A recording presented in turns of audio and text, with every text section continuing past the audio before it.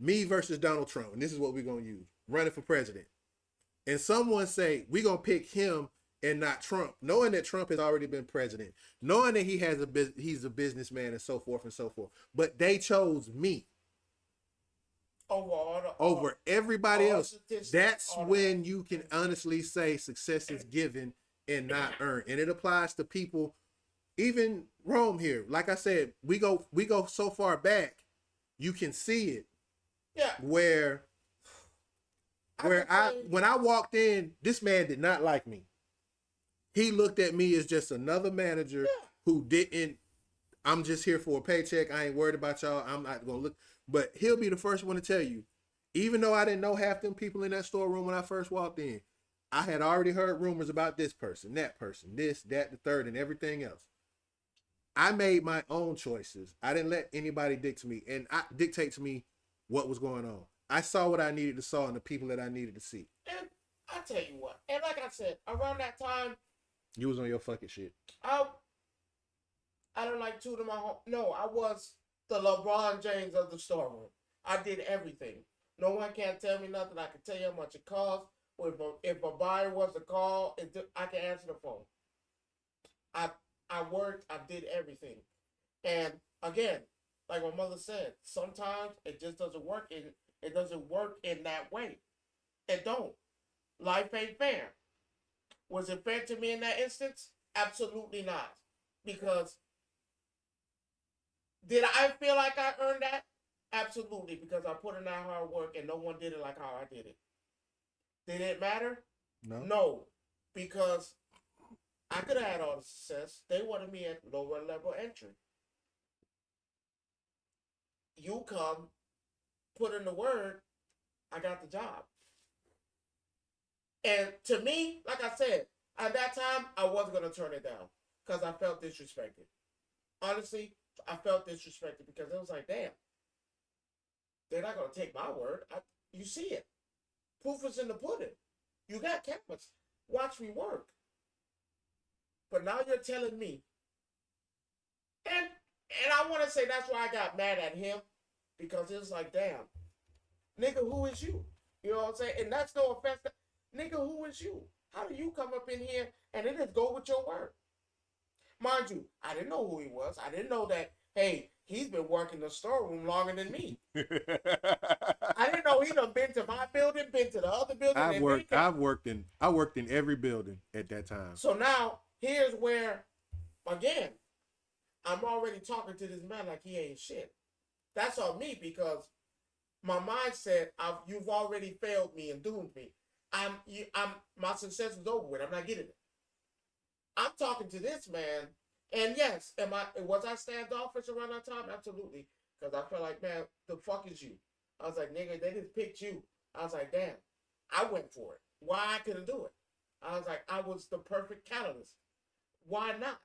But then, as he just said, when he realized that I done worked at every building, I started work.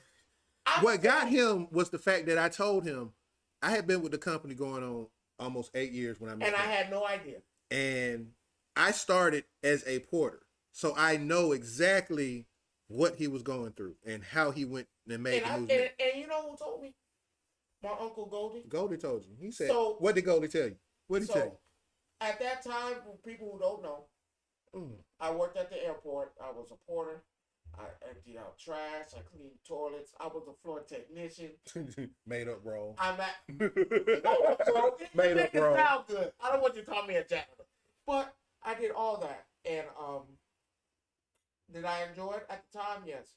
Then my dad got sick, and I was like, more money. I need to do something. Help out. Here come the storeroom. I took the job. Yeah, Goldie was there at the time. But it was a bumpy road, I'll tell you that. But in that time frame, I learned everything.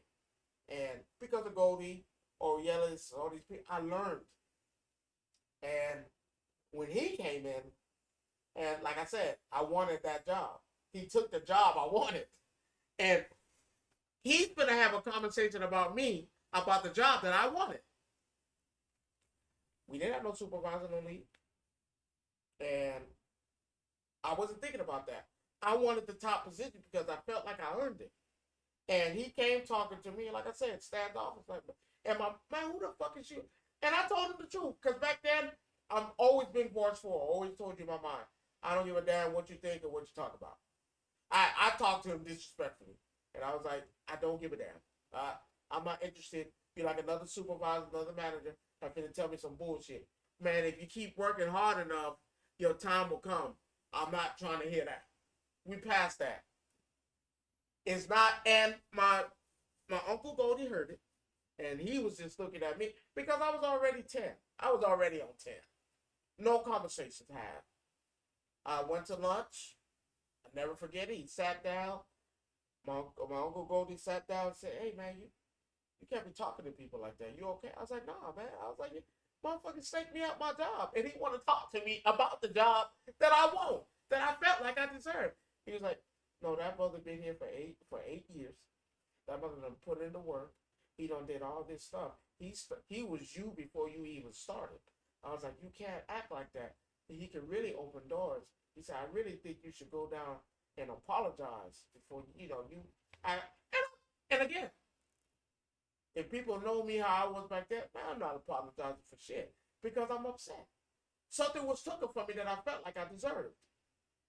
But my uncle talked me into it. He was like, he made me see, man, I really fucked up. I can't talk to people like that. This nigga could have fired me right there on the spot. Like, we don't like your type of people over here. You toxic. Let's get you up out of here. I sat down. Same day, I told him the truth. I was like, the job you acquired, I wanted.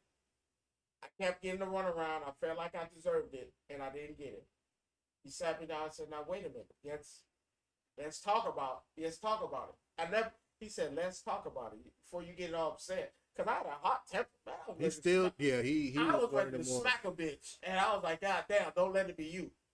And he was like, "No, let's talk about it. Let's have a conversation." He was like, "I understand you're not going to be the manager of here." I was like, "We've established that. You ain't getting it." I was the one walking around with the white shirt on and Like, all that kind of stuff. He was hot. and he tried to make it like somewhat like comical because, like I said, I'm mad, and the best way to talk to me is with comedy. We've already established you ain't gonna be the manager. We can erase that right now. So as of right now, you ain't getting that. But how about if we try to work on lead/supervisor, still get you that money, you still have power, you still get recognized, and it don't feel like it was wasted. At first, I told him, "Man, I don't want that shit because damn, I should be first up.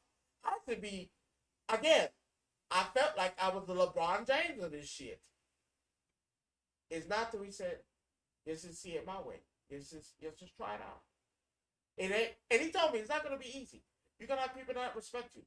They're gonna have people say that, "Hey, you got it because you're talking to me."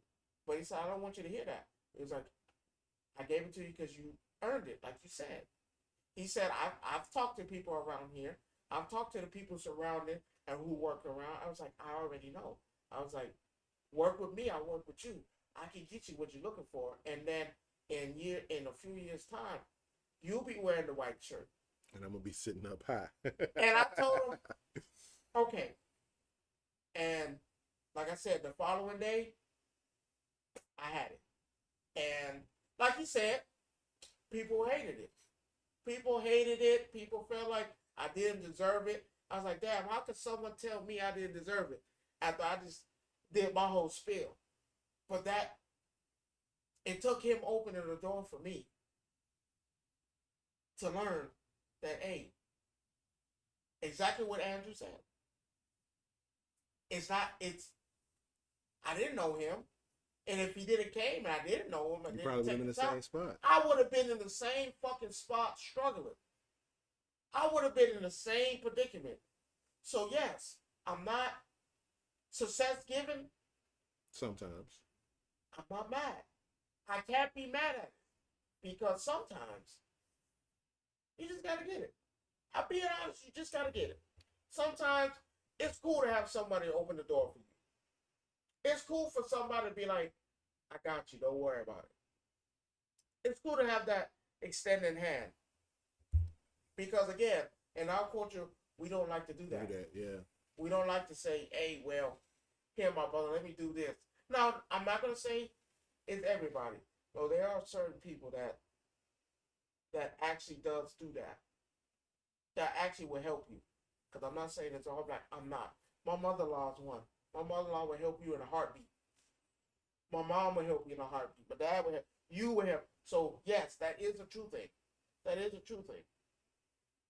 But it's not everyone. It's not a unit. Right. White folks stick together like glue. That's why glue white. I'm done. Tell me if I'm wrong. You right, but That's why glue white. as Because they as stick.